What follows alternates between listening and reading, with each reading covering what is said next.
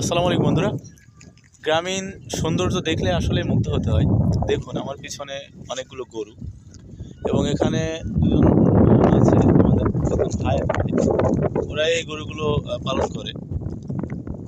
তো আমাদের দেশে অনেক শিক্ষিত বেকার যুবক আছে যারা চাকরির জন্য হন্যে ঘুরছে এবং বিভিন্ন জায়গায় তারা কিন্তু চেষ্টা করছেন।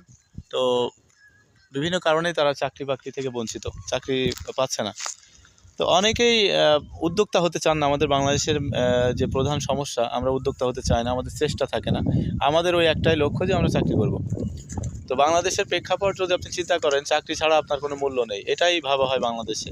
তো আপনি যখন গরু পালবেন বা ছাগল পালবেন, তখন আপনাকে নিয়ে বিভিন্ন মানুষের বিভিন্ন রকম টিটকারি কথা বলবে, বিভিন্ন রকম হাসি ঠাট্টা করবে দোকানে। কিন্তু চাকরি থেকেও যে ভালোভাবে বাঁচা যায়, সেটা হচ্ছে এটা জ্বলন্ত প্রমাণ। এই যে আমার যে ভাগ্নেদের কথা বলছি, ভাগ্নেদের একজনের আছে 11টা গরু। আর আলিফ, তোমার কয়টা আছে? 9টা। একজনের 11টা আর একজনের 9টা।